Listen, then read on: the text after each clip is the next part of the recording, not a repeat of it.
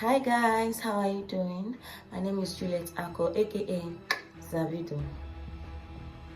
And if you're interested in horror or spooky plus true crime stories, I'll be here for you every week. Today we are diving into African folktales, myths, and superstitions.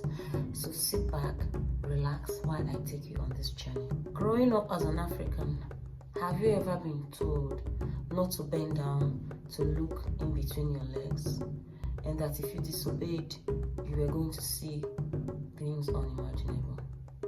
This brings us to the story of a boy called Obinna from the eastern part of Nigeria. Obinna was the third child among 3 siblings. Growing up, he was known to be very stubborn and notorious. Everyone in the village knew him to be very disrespectful, annoying, and stubborn, to the point where his mother will ask him to do something and he would do something else, another thing entirely different from what he was asked to do.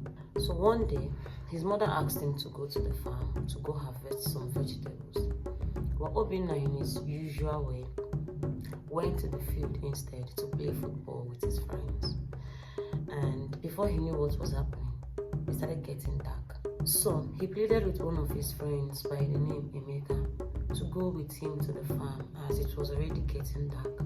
As they approached the bushes, there seemed to be faint noises and chants coming from a distance. They stopped, listened to know exactly what it was, but there was silence.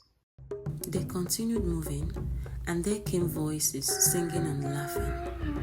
Emeka and Obinna stopped once again to listen, and once more there was silence. It was as if the wind blowing was increasing the unease that came with all this.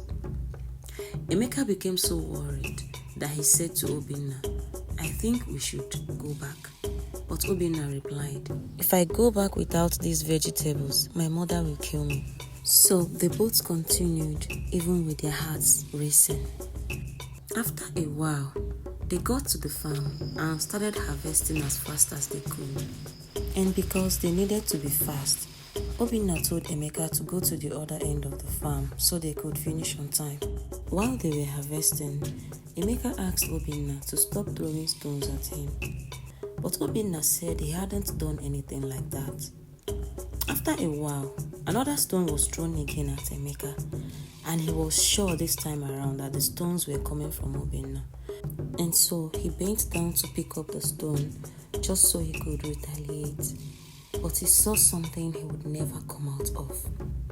He saw a tall figure with its eyes bulging out of the sockets, staring at him. He froze and then screamed. Obinna asked him what was wrong, but Emeka could not talk. He only pointed towards the direction of the figure. But Obinna answered, "There is nothing there. Let's hurry and finish up with what we came here to do." But Emeka didn't even let him finish and ran out of the farm as fast as they could, with Obinna running behind him.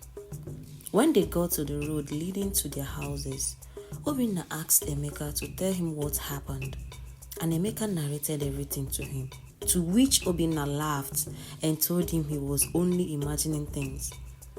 A day later, Emeka fell sick because he was traumatized and finally opened up to his parents about his ordeal.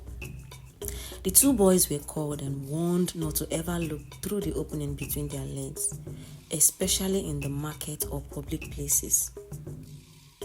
1 week later, Obinna went to the field once again to play football, but his mind was still restless, and he told one of his friends about the warning Emeka's parents gave them. To him, he felt they were lying, in that Emeka was just making things up. So he bent down and looked in between his legs, just to confirm. But somehow, he saw nothing, and started laughing, telling everyone that he knew they were lying. 2 days later, he repeated the same thing and fainted. He was taken to the hospital, where he stayed unconscious for 3 days. As soon as he woke up, he started screaming and running, saying he saw inverted figures moving with their heads on the ground and their legs hanging in the air. He would hear ghostly and spooky laughter in the night. Sometimes he swore to have seen hands erupting out of the walls and bodiless heads smiling at him in a scary way. The once stubborn and troublesome Obinna became an eyes. The story became the talk of the town, and parents started telling their children to not try what Obinna did. What are your thoughts? Do you believe the story is real, or do you think this is just a mere superstition? Have you ever tried to verify for yourself? If you have, kindly leave your comments down below, and I'll be seeing you guys next week. Bye.